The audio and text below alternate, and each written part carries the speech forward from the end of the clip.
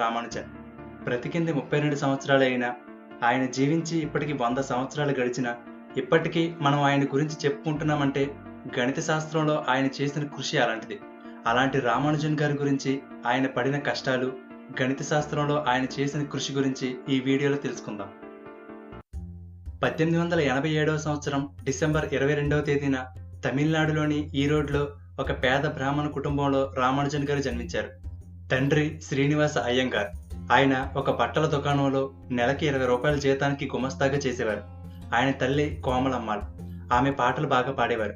వాళ్ళ ఇంటి దగ్గరలో ఉన్న గుడిలో పాటలు పాడుతూ ఉండేవారు. అలా ఆవిడకు నెలకు 10 రూపాయల వరకు వచ్చేవి. చిన్నప్పటి నుండి ఈయనకి లెక్కలంటే ఇష్టం ఉండేది.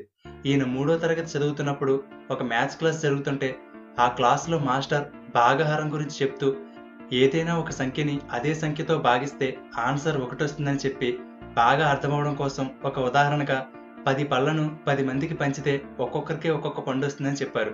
అప్పుడు రామానుజన్ లేచి జీరోని జీరోతో భాగించినా కూడా సమాధానం 1 వస్తుందా, అంటే పళ్ళు ఏమీ లేనప్పుడు కూడా ఎవరికీ పంచకపోయినా కూడా ఒక పండు వస్తుందా అని అడిగాడు.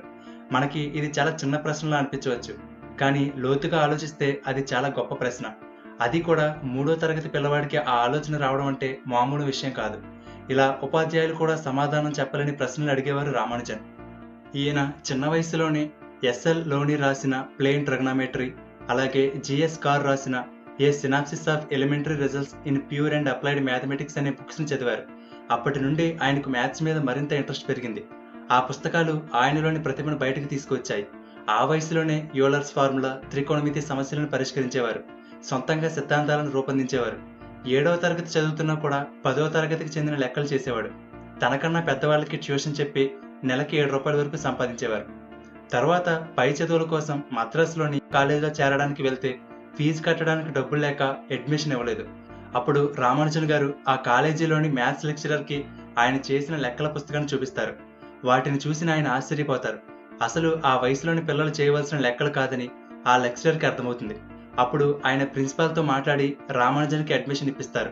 కాలేజీలో కూడా లెక్చరర్స్ ఒక లెక్క చేయడానికి 10 నుండి 15 స్టెప్పుల్లో చేస్తే ఈయన కేవలం 3 స్టెప్పుల్లో ఆన్సర్ వేసేసేవారు. చివరికి ఎలా అయిందంటే మ్యాథ్స్ లెక్చరర్లు బోర్డు మీద లెక్క చేసి కరెక్ట్గానే చేశానా అని రామానుజన్ని అడిగేవారట. అప్పుడు రామానుజన్ ఆ బోర్డు మీద ఉన్న లెక్కలను ఇంకా సులువుగా ఏమైనా చేయవచ్చేమో చెప్పేవారట. ఈయనకి లెక్కలు ఒక ఫ్లోలో వచ్చేస్తూ ఉండేవి. వాటన్నిటినీ పేపర్ మీద పెట్టాలని ఉండేది. కానీ ఆ సమయంలో పేపర్ కొనడానికి కూడా ఆయన దగ్గర డబ్బులు ఉండేవి కాదు. దాంతో గుడిలో నేల మీద, పలక మీద ఏదైనా చిత్తు కాగితం దొరికితే దాని మీద రాసుకుంటూ వెళ్ళిపోయేవారు. అలా మనం ఆయన నుండి వచ్చిన ఎన్ని ఫార్ములాలను, థియరమ్స్ని మిస్ అయిపోయి ఉంటామో అర్థం చేసుకోండి. ఈయన కాలేజీలో చదువుతున్నప్పుడు కేవలం లెక్కల మీద మాత్రమే దృష్టి పెట్టడంతో మిగిలిన సబ్జెక్టులో ఫెయిల్ అయిపోయాడు. ఇలా ఇంకెప్పుడు లెక్కలు చేస్తూనే ఉండడంతో పిచ్చివాడైపోతాడేమోనని భయపడి వాళ్ళ నాన్నగారు రామానుజన్కి పెళ్లి చేయాలని నిర్ణయించడంతో 1909లో రామానుజన్ గారికి 21 ఏళ్ల వయసులో జానకి అమ్మాళ్ అనే 9 ఏళ్ల బాలికతో వివాహం అవుతుంది. మరి పెళ్ళైన తర్వాత భార్యని పోషించాలి కాబట్టి రామానుజన్ ఉద్యోగం కోసం విపరీతంగా ప్రయత్నించేవారు. కానీ డిగ్రీ కూడా లేకపోవడంతో ఎవరో ఉద్యోగం ఇచ్చేవారు కాదు. ఎన్నో ఆఫీసుల చుట్టూ తిరిగేవారు. ఒకానొక సమయంలో ఈ పేదరికం, ఉద్యోగం లేకపోవడం ఇవన్నీ తట్టుకోలేక ఇంట్లో నుండి పారిపోయి వైజాగపట్నానికి వెళ్ళిపోయారట. ఇప్పటి వైజాగ్ని అప్పుడు వైజాగపట్నం అని పిలిచేవారు. కానీ మళ్ళీ కొంతకాలానికి ఇంటికి వచ్చేశారు. అప్పట్లో గణిత శాస్త్ర సంఘాన్ని ఏర్పాటు చేసిన డిప్యూటీ కలెక్టర్ రామస్వామిని కలిసి అప్పటి వరకు ఆయన చేసిన లెక్కలన్నీ ఆయనకి చూపించి ఆఫీసులో ఏదైనా ఉద్యోగం ఇవ్వమని అడిగారు.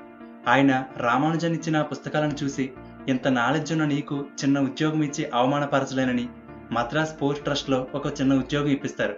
అక్కడ ఆయనకి నెలకి 30 రూపాయల జీతం వచ్చేది. అయితే అక్కడ ఉన్న ఒక బ్రిటిష్ ఆఫీసర్ రామానుజన్ కనిపెట్టిన ఫార్ములాలను, సిద్ధాంతాలను చూసి ఇతను ఇక్కడ ఉండవలసిన వ్యక్తి కాదని, ఇతనికి ఆధునిక గణితాన్ని పరిచయం చేస్తే మరింత గొప్పవాడవుతాడని భావించి అప్పటి వరకు రామానుజన్ కనిపెట్టిన వాటిని ఇంగ్లాండ్లోని కేంబ్రిడ్జ్ యూనివర్సిటీలోని ప్రొఫెసర్లకు పంపిస్తారు. చాలామందికి అవి అర్థం కాక వాటిని పట్టించుకోరు. కానీ వాళ్ళలో జిహెచ్ హార్డీ అనే ఒక ప్రొఫెసర్ మాత్రం రామానుజన్లోని ప్రతిభను గుర్తిస్తారు. జిహెచ్ హార్డీ అని ఆయన ఒక గొప్ప గణిత శాస్త్రవేత్త. ఈయన వెంటనే రామానుజన్ని ఇంగ్లాండ్కి రమ్మని ఆహ్వానిస్తారు. అయితే అప్పట్లో రామానుజన్ దగ్గర విదేశాలకు వెళ్ళడానికి సరిపడా డబ్బులు ఉండేవి కాదు.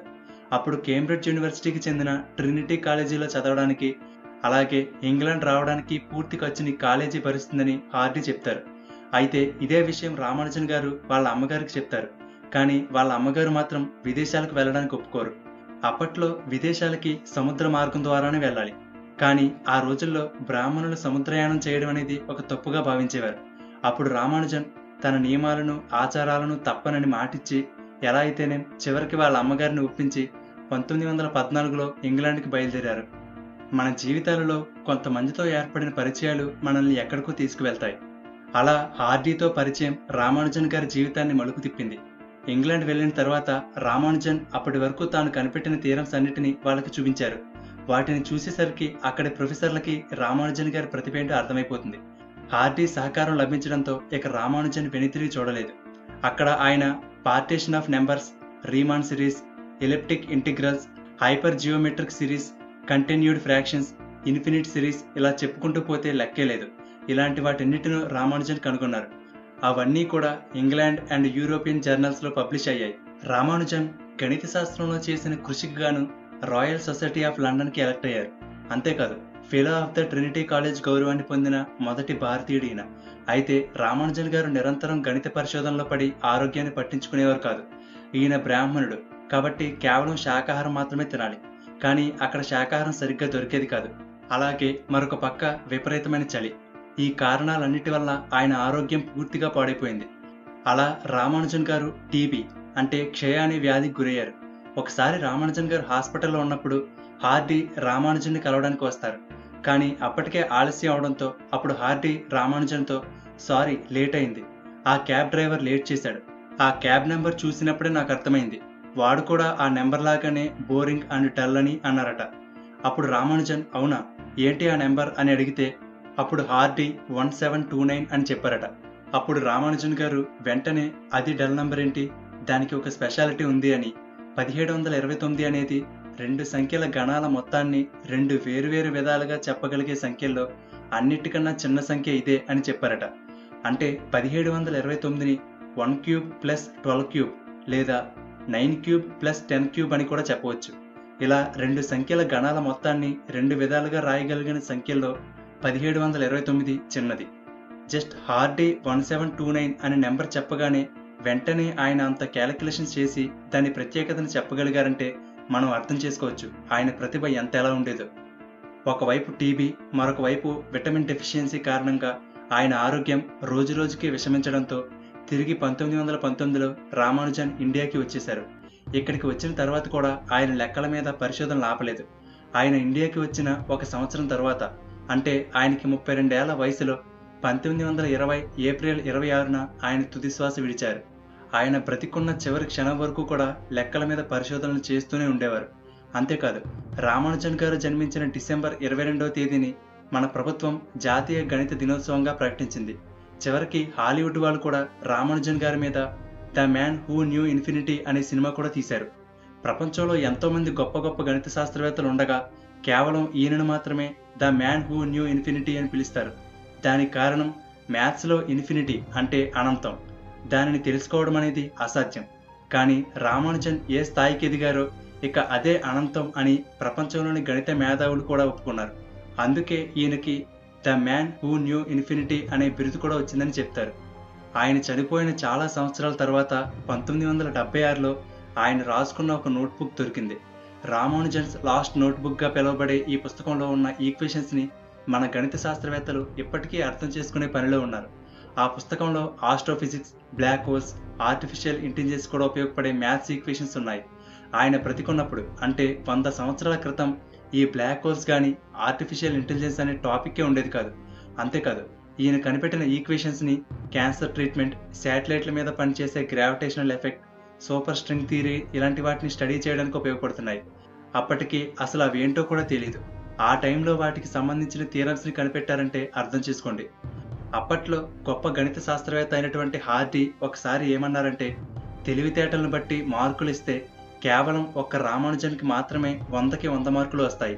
ఈ ప్రపంచంలో మిగిలిన ఏ గణిత శాస్త్రవేత్తకి 80 మార్కులు కూడా దాటవని అన్నారంటే రామానుజన్ గారి మేధస్సు ఏంటో అర్థమవుతుంది. తాను గణిత శాస్త్రానికి చేసిన సేవ ఏదైనా ఉంది అంటే అది కేవలం రామానుజన్ని కనుగొనడమే అనేవారు హార్డీ.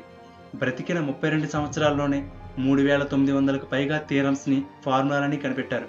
అదే ఇంకొంచెం ఎక్కువ కాలం బ్రతికి ఉండి ఉంటే ఇంకా ఎంత సాధించేవారో. గొప్పవాళ్ళు బ్రతికేది తక్కువ కాలమే, కానీ వాళ్ళ కృషి, ప్రతిభ మాత్రం కొన్ని వందల సంవత్సరాలు నిలిచిపోతుంది. గణిత శాస్త్రంలో ఆర్యభట్ట, భాస్కరాచార్యుల తర్వాత రామానుజన్ గారు ఆ స్థానాన్ని పొందారు. గణిత శాస్త్రంలో మళ్ళీ ఇలాంటి వ్యక్తి ఇప్పటి వరకు రాలేదని చెప్పుకోవాలి. అలా భారతీయులు చెప్పుకుని గర్వించదగ్గ మహామేధావిగా, ప్రపంచ స్థాయి గణిత శాస్త్రవేత్తగా రామానుజన్ గారు నిలిచారు. ఈయనే కనుక ఇంకొంతకాలం బ్రతికి ఉంటే గణిత శాస్త్రాన్ని మరొక స్థాయికి తీసుకువెళ్ళేవారు. ఒక రకంగా చెప్పాలంటే రామానుజన్ గణితాన్ని కనుగొనలేదు, గణిత శాస్త్రమే రామానుజాన్ని కనుగొంది.